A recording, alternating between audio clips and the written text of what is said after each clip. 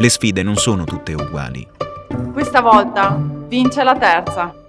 La terza dose è fondamentale per sconfiggere il Covid-19. Prenota la tua vaccinazione. Mi raccomando, continuiamo a proteggerci.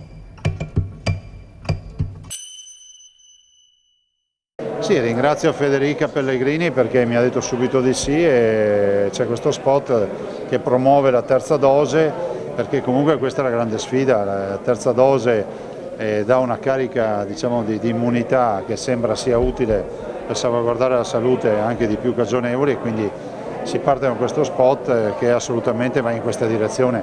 Peraltro noi siamo già verso 1,5 milioni di terze dosi inoculate, e per questo ringrazio anche tutti coloro che sono ai centri vaccinali perché hanno fatto un lavoro ciclopico. Dirò, si sta presto a guardare bollettini o parlare di numeri, ma dietro quei numeri c'è uno sforzo sanitario pauroso, quindi io ho voluto ricordare che dopo 22 mesi è naturale che le nostre truppe, come le definisco io, cioè i nostri uomini e donne della sanità, siano stanchi, e questa stanchezza noi possiamo semplicemente alleviarla andando a vaccinarci, cercando di rispettare le regole, evitando di fare i fenomeni, visto e considerato che ancora oggi ci sono più di 1300 pazienti in ospedale, sicuramente un terzo rispetto a quello che avevamo l'anno scorso con gli stessi contagiati nelle 24 ore, ma comunque i pazienti ci sono.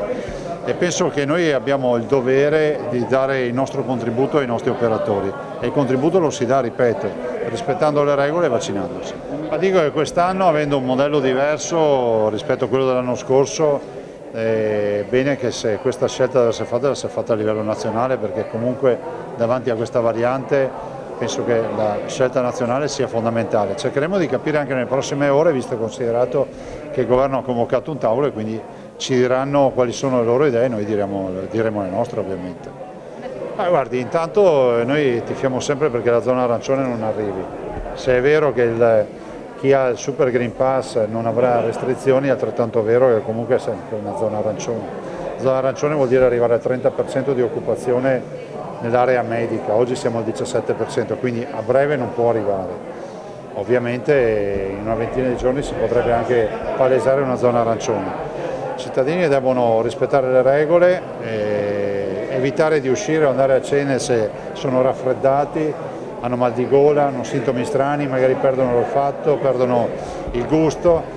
Se possono vadano a farsi un tampone prima di andare a cena con i nonni, a cena con gli amici. Se non possono andare a farsi un tampone in una farmacia, in un laboratorio, magari ricorrano anche a un tampone fai da te. Lo dico perché qualcuno dice: ma allora vuol dire che la vaccinazione non funziona? Sì, la vaccinazione funziona, ma non è escluso che il vaccinato possa portare il virus a spasso senza saperlo.